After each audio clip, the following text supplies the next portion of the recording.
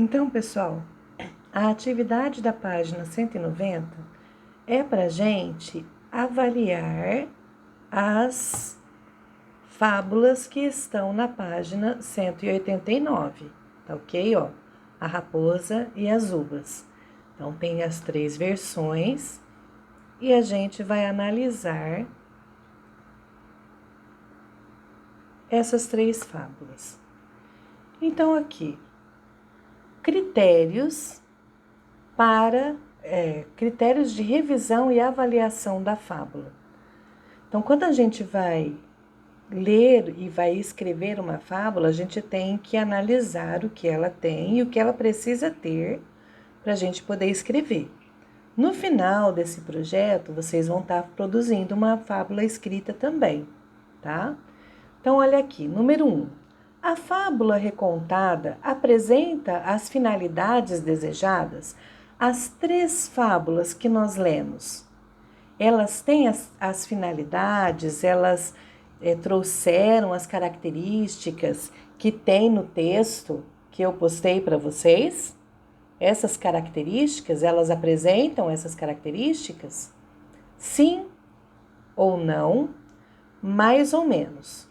E aqui comentar, se você colocou sim, apresenta todas, algumas, o que você acha, mais ou menos por quê? Não, por quê? Porque ela não tem os animais, porque ela não passa um ensinamento. Por que que você respondeu sim, não, ou se você respondeu mais ou menos, tá? Aqui no mais ou menos você pode colocar só um X. No sim ou no não você escreve sim ou não. 2. As fábulas, elas apresentam um ensinamento ou uma crítica? Elas trazem um ensinamento? É engraçado ou não é engraçado? Sim, ela traz um ensinamento ou não? Não traz ensinamento. Ou mais ou menos, não ensinou muito bem. E você vai ter que dar uma explicadinha o porquê que você colocou isso. Aí, na 3. A fábula possui, letra A, personagens com características que ajudam no desenvolvimento da história. As características do personagem, esperto, não esperto, enganador, não é enganador, é tolo, ajuda no jeito que a história foi contada, no objetivo dela? Sim, não ou mais ou menos? E por que que você acha isso? No caso da raposa, né, se ela foi esperta, se não foi esperta, por que que você acha isso? Letra B. Apresentação de todas as ações importantes para entendermos a história. As personagens, a fábula, a forma como ela foi contada, foi importante tudo aquilo que foi escrito para poder entender a história, ou ficou faltando alguma coisa, ou não deu para entender direito? Você vai escrever aqui sim ou não, ou mais ou menos. Não precisa marcar os dois, tá? Ou sim ou não, ou mais ou menos. E aí você vai comentar se você entendeu, se você não entendeu, se foi suficiente para você entender essas características, ou se você ficou na dúvida, não entendeu direito. E letra C. Moral presente em algum lugar do texto?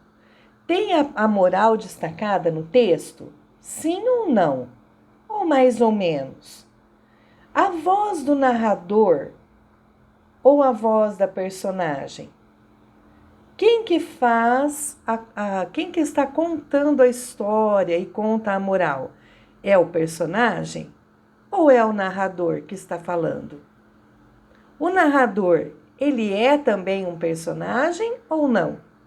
E aí você vai comentar aqui, sim ou não. Mais ou menos seria quando ela dá para perceber que tem a moral, mas não está escrito moral da história, tá? E se sim, se ela conta, lá está escrito moral, ou não está escrito moral e não dá para entender exatamente aonde está a moral. A gente aprende a lição, mas não está escrito moral da história.